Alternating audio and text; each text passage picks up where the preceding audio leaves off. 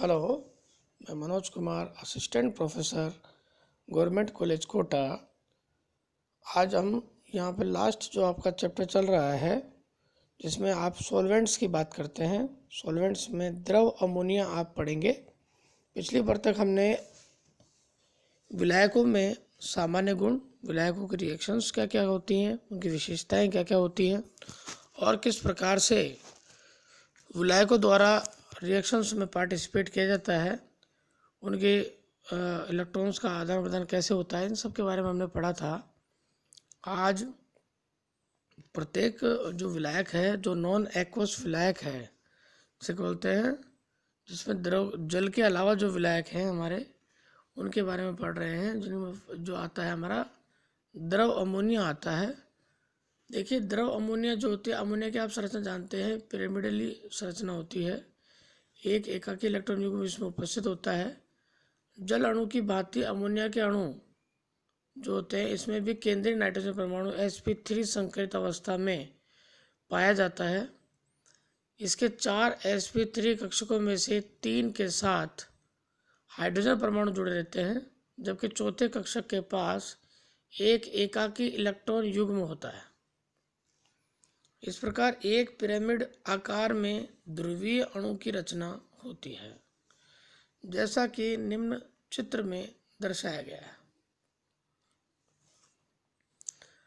Ammonia अणु की ध्रुवीय संरचना केंद्रीय नाइट्रोजन परमाणु के छोटे आकार तथा विद्युत ऋणात्मकता के कारण अमोनिया अणु में प्रोटॉनों को ग्रहण करने की प्रबल शक्ति पाई जाती है।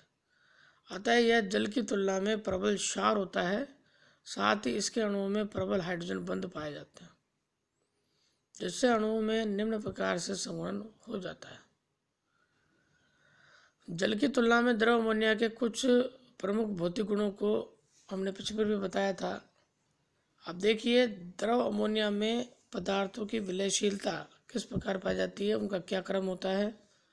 अकार्बनिक जो यौगिक होते हैं, जल की तुलना में उनका जो मान होता है, वो मान जो होता है डाई इलेक्ट्रिक कॉन्स्टेंट के आधार पर तय किया जाता है।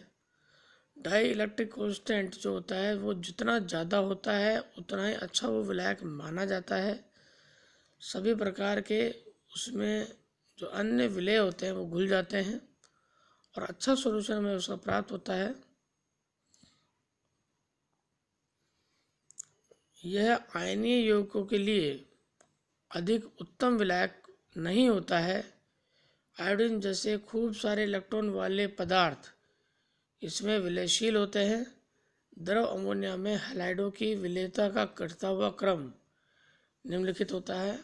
इसमें आयोडाइड होता है सबसे ज़्यादा, फिर उसका ब्रोमाइड, फिर फ्लोराइड। और क्लोराइडों में NaCl, BaCl2 और NH4Cl इत्यादि वाष्पशील होते हैं। सल्फेट, फॉस्फेट जैसे बहुऋणीय लवणों को छोड़कर शेष अमोनिया लवण इसमें विलयशील होते हैं। क्षार धातुओं के एमाइडों को छोड़कर शेष सभी धात्विक एमाइड द्रव अमोनिया में अविलेय होते हैं। क्षार धातुओं में से भी लिथियम का एमाइड LiNH2 इसमें अविलेय ही रहता है। अतः बहुत सारी चीज़ें जो हैं आपको इसमें देखनी पड़ेंगी। कार्बनिक यौगिकों की बात करते हैं, ऑर्गेनिक कंपाउंड्स की बात करते हैं, तो द्रव अमोनिया में एल्कोहल हैलोजन युक्त उत्पन्न कीटोन, एस्टर, सरल ईथर, फिनॉल एवं उसके व्युत्पन्न विलयशील होते हैं। और एरोमेटिक जो होते हैं सामान्यतः इसमें अल्प विलयशील होते हैं। आपकी जो दूसरी धातु होती है वो उनका भी राग यही है। क्षार धातुएं, क्षारीय मृदा धातुएं जैसे एल्यूमिनियम हो गया, यूरेडियम होता है ना, ट्रिबियम होता है आदि धातुएं, इनके आयनन विभव तथा ऊर्ध्वपातन ऊर्जा का मान कम तथा विलयन ऊर्जा का मान अधिक होता है, अतः द्रव अमोनिया में विलयशील होती है। स्वतःयन जानते हो आप, स्वतःयन होने पर तो दो प्रकार के इसमें बनता है, तो अमोनिया और एक amide NH4 plus NH2 minus. तो इसमें संपन्न वाले रिएक्शन देखिए, प्रेसिपिटेशन बनता है, विनिमय होता है, तथा अगर आप पोटेशियम आयोडाइड की बात अगर करते हैं तो द्रव अमोनिया में Ki तथा NH4Cl के विलीन बनाने पर KCl का श्वेत अवक्षय प्राप्त होता है। ये इसके कन्फर्मेशन रिएक्शन है कि अगर आपका जो ले रखा है वो द्रव अमोनिया है कि नहीं।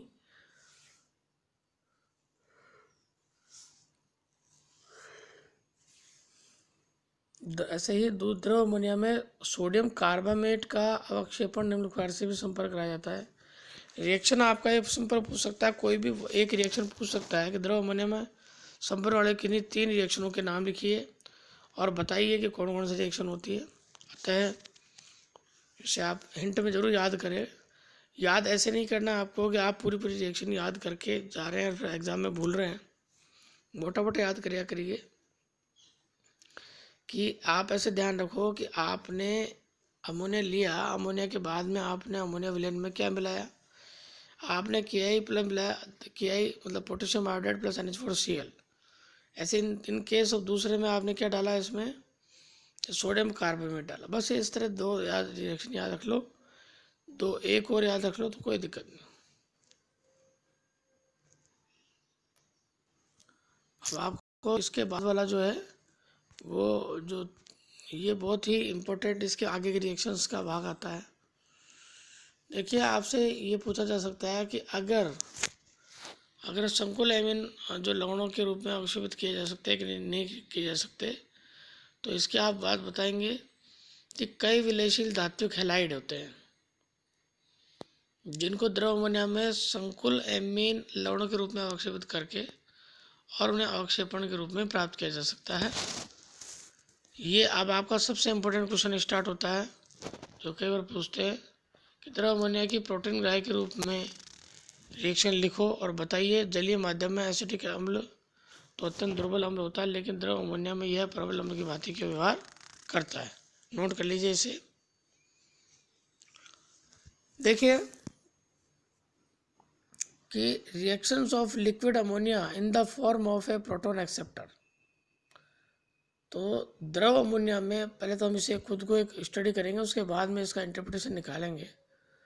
भाई, द्रव अमोनिया में दुर्बल अम्ल हो या उदासीन यौगिक, इन दोनों से ही प्रोटॉन ग्रहण करने की तीव्र प्रवृत्ति पाई जाती है। जल के अणुओं से प्रोटॉन ग्रहण करने की प्रबल क्षमता होने के कारण ही जल में अमोनिया की अधिक विलयशीलता होती है। प्रोटॉन ग्रहण करने की प्रबल क्षमता के कारण द्रव अमोनिया में कई पदार्थ प्रबल अम्लीय व्यवहार दर्शाते हैं। ये अम्लीय व्यवहार ये जलीय व्यवहार में उदासीन, दुर्बल क्षारीय अथवा दुर्बल अम्लीय व्यवहार प्रदर्शित करते हैं। पहली बात, इन केस अगर लेते हैं कि यदि एसिटिक अम्ल जलीय माध्यम में दुर्बल अम्लीय पदार्थ है, जाहिर सी बात है सभी को पता है दुर्बल अम्ल है, लेकिन अगर इसी को अमोनिया के साथ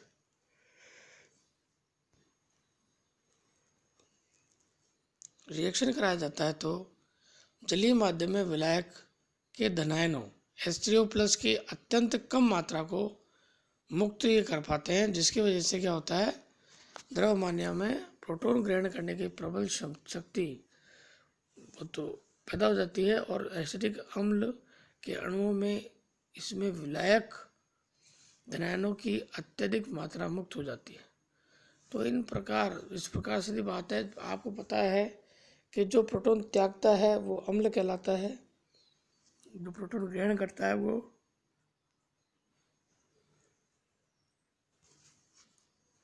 क्षार कहलाता है। और जलीय माध्यम में तो एसिटिक अम्ल अत्यंत दुर्बल अम्ल होते हैं, लेकिन द्रव अमोनिया में यह प्रबल कहलाता है। तो जाहिर सी बात पे इस पर डिपेंड करता है कि अपने जो साथ में जो हमने ले रखा है दूसरा रिएक्टेंट वो किस माध्यम का है, उसकी प्रवृत्ति क्या है। इसी प्रकार एसिटामाइड तथा यूरिया जलीय माध्यम में दुर्बल क्षारीय होते हैं। रिएक्शन कोई ज़्यादा इम्पोर्टेंट नहीं है इसकी। अब एक और आपका अच्छा क्वेश्चन आता है, वो आता है एमोनीकरण अभिक्रिया तथा एमोनिएट्स का निर्माण होना।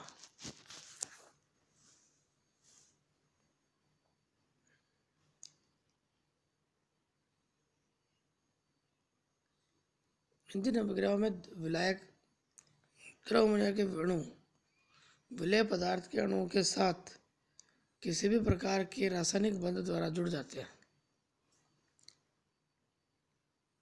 इसमें द्रव अमोनिया के अणु इलेक्ट्रॉन दाता के रूप में कार्य करते हैं, जबकि विलेय पदार्थ के अणुओं में एक परमाणु ऐसा अवश्य होता है जो इलेक्ट्रॉनग्राही के रूप में कार्य कर सकता है।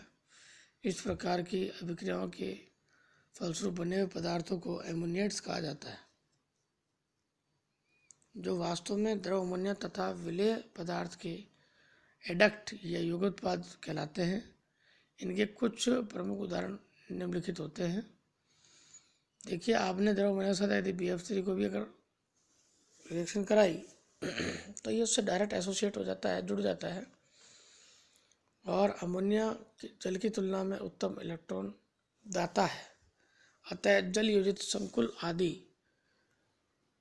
द्रव अमोनिया के संपर्क में आते हैं तो जल की अणुओं का अमोनिया अणुओं का द्वारा प्रतिस्थापन जो पाया जाता है वो भी रिएक्शन बताता है कि ये एक प्रबल क्षार की तरह भांति व्यवहार करते हैं।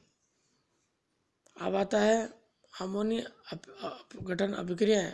ये कोई खास नहीं है, इसके बाद चलें कि अकार्बनिक हैलाइडों का अमोनिया अपघटन। देखिए, ये भी आप पढ़ सकते हैं। कार्बनिक हैलाइडों का अमोनिया अपघटन ये भी आपके द्वारा पढ़ा जा सकता है। अब कुछ रिएक्शन ऐसा आता है कि वो जो इम्पोर्टेंट ज़्यादा होता है कि अमोनियम लवणों का अम्लीय व्यवहार। जानते हैं जैसा कि हम सभी कि यह सेल्फ जब होता है, सतह अपघटन जब ये करता है खुद का, तो एक तो बनता है आपका अमोनियम आयन, दूसरा बनता है आपका, दूसरा क्या बताया था आपका, एमाइड आयन।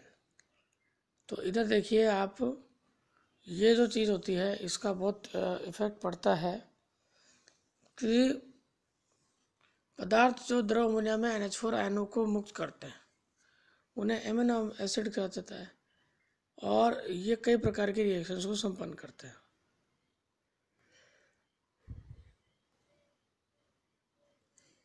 परंतु बेस जो रिएक्शन आती है, जिन रिएक्शन से आगे का कार्यवाही स्टार्ट होती है, वो इम्पोर्टेंट रिएक्शन ये भी हैं कि अमोनिया उदासीकरण अभिक्रियाएं तथा अम्ल क्षार की अभिक्रियाएं। इसके बाद में अगर आपको पढ़े तो आप देखिए, एमिनो अम्ल लिया आपने, एमिनो क्षार लिया, NH4I और PbNH। आप द्रव अमोनिया में पहले इनको घोल दिया, उसके बाद में PbI2 + NH3 ये आपका अमोनिया बन गया, और PbI2 का आपका यौगिक बन गया। अब इसके बाद से ये अगर सिंपल वे में कहा जाए तो ये क्या है, एमिनो लवण बन गए और विलायक अमोनिया आपका अलग हो गया। तो ऐसे ही एसिटामाइड हो गया, यूरिया हो गया, गुआनिडीन इत्यादि की रिएक्शंस में आप KH2KNH2 की उपस्थिति में अमोनिया से रिएक्शन कराएंगे या अमोनिया में उसे घोड़ेंगे तो विभिन्न प्रकार के प्रोडक्ट प्राप्त होते हैं, जिन सभी प्रोडक्ट्स के साथ साथ अमोनिया गैस निकलती है। तो कुछ ये जो आपका रिपीटेशन वाला पोर्शन था जिसमें आपको बताया गया किस प्रकार ये करते हैं, तो ये जो आपकी रिएक्शन है वो बहुत ही इम्पोर्टेंट है। और इसके साथ साथ ही आप थोड़ा सा इसे 1 मिनट के लिए देखें। द्रव अमोनिया में प्रोटॉन ग्लाइड के रूप में अभिक्रिया है। 1 मिनट रुकिए।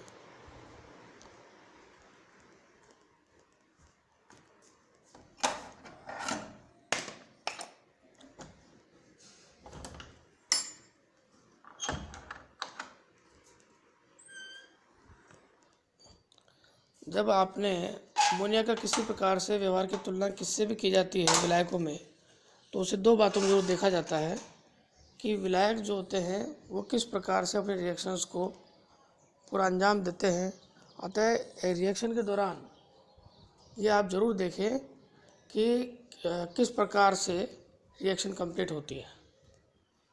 ठीक है, ये आपका बहुत इम्पोर्टेंट पोर्शन रहता है। आप इसमें ऐसा कतई ना करें कि आप जिसकी भी रिएक्शन कराएंगे उसे आप